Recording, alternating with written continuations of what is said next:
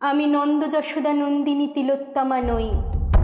কংসের হাতে নিহত সদ্যজাত কন্যা, সে তো ছিল দেব শক্তিতে বলিয়ান। আমি সুন্দ উপসুন্দ বধের তিলোত্তমাও নই, দশভুজা মহামায়াও নই। আমি অত্যন্ত সাধারণ এক নারী।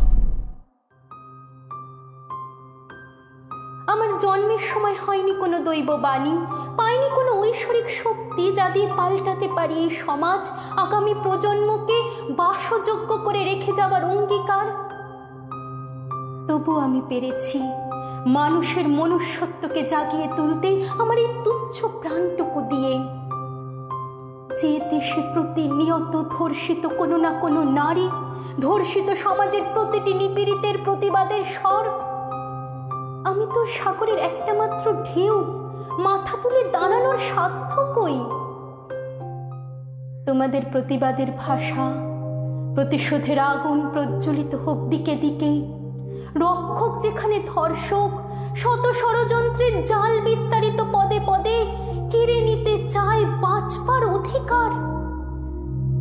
লুণ্ঠিত অধিকার ছিনিয়ে নিতে হোক না নয়া ইতিহাস রচনা। দিগন্ত জুড়ে উঠেছে যে প্রতিধ্বনি, থামে না যেন সে শক্তির লেলিহান শিখা। বিচার চাই, বিচার চাই, সকল দোষীর শাস্তি চাই। নির্মূল হোক সকল অপশাসন, অশুভ শক্তি বিনাশ হলেই হবে উৎসবের আয়োজন।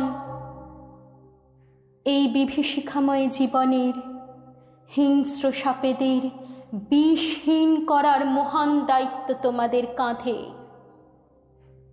আমি সেই সমাজের দিন গুনি, আমার পুনর্জন্ম যেন হয় তোমাদের মাঝে, তোমাদের সৃষ্ট বিষহীন সমাজে।